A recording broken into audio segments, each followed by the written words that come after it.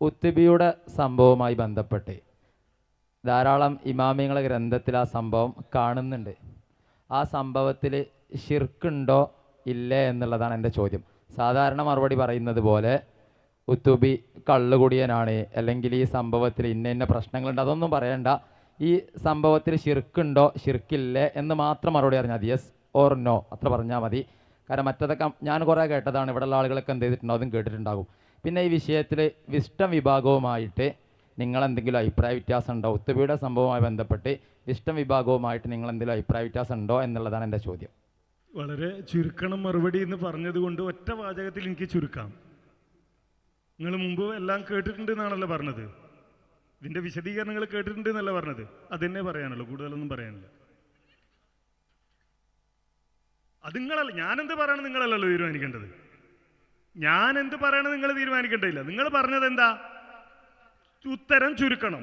ഉത്തരം ചുരുക്കി ഞാൻ അത് വ്യക്തമാക്കണം എന്ന് ഉദ്ദേശത്തോടു കൂടി നിൽക്കുമ്പോഴാണ് നിങ്ങൾ പറയുന്നത് എന്ത്, ഇത് മുമ്പ് ഞാൻ കേട്ടതാണ്, അതുകൊണ്ട് വിശദീകരണം ഒന്നും വേണ്ട എന്നാണ്. ഉത്തബിയുടെ സംഭവം എന്നല്ല, വേറെ ഏത് സംഭവമായാലും അള്ളാഹു അല്ലാത്തവരോടുള്ള പ്രാർത്ഥനയുണ്ടോ ശിർക്കാണ്, ഒരു സംശയ കാര്യത്തിലില്ല. ഒന്നുകൂടി കൊടുക്കും. ആ സംഭവത്തിൽ ഷിർക്കുണ്ടോ ഇല്ല എന്നുള്ളതാണ് ചോദ്യം. അപ്പൊ ഷിർക്കുണ്ടെങ്കിൽ കേട്ടപ്പോ എന്താ കേട്ടത്? ഷിർക്കുണ്ടെന്നോ ഇല്ലാന്നോ? നിങ്ങൾ അന്ന് ഒന്നും പറഞ്ഞിട്ടില്ല. എവിടെയാ പറയാത്തത്? പെരിന്തൽമണ്ണ ഞാൻ ചോദിച്ചിരുന്നു. അപ്പൊ നിങ്ങൾ വേറെ കുറെ വിഷയം പറഞ്ഞേക്കാണ്, അതുകൊണ്ടാണ് ആ വിഷയത്തേക്ക് ഇനി പോകണ്ടെന്ന് പറഞ്ഞത്.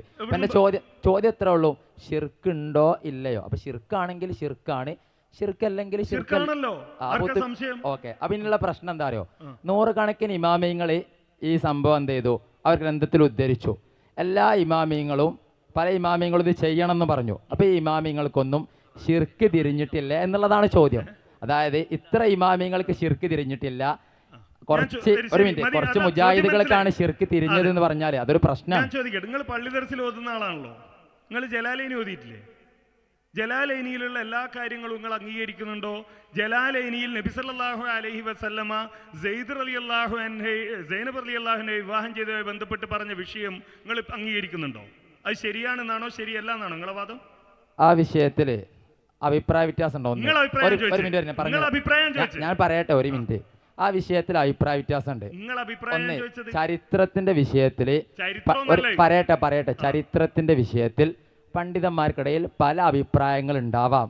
ഞാൻ പറയട്ടെ, പക്ഷെ അങ്ങനല്ല, ഇസ്ലാമിലെ അടിസ്ഥാന വിഷയമാണ് ഷിർക്ക് തൗഹീദ്.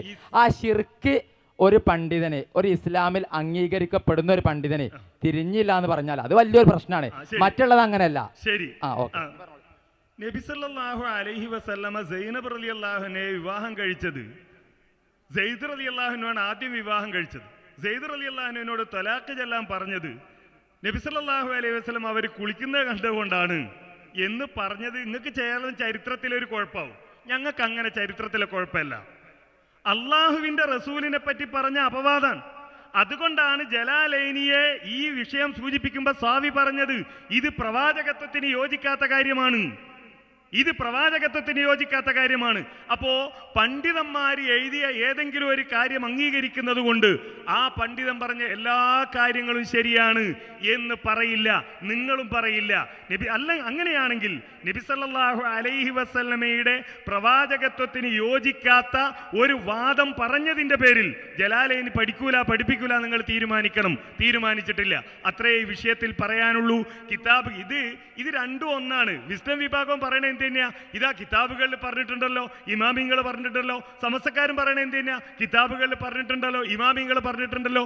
ഇമാമുകൾ പറഞ്ഞു എന്നതല്ല, കിതാബുകളിൽ ഉദ്ധരിച്ചു എന്നതല്ല, അത് സ്വഹീഹാണോ അല്ലേ എന്നതാണ് ഒരു വിഷയം. സ്വഹീഹാണോ അല്ലേ, അതിന്റെ അടിസ്ഥാനത്തിലാണ് ചർച്ചകൾ മുന്നോട്ട് കൊണ്ടുപോകുന്നത്.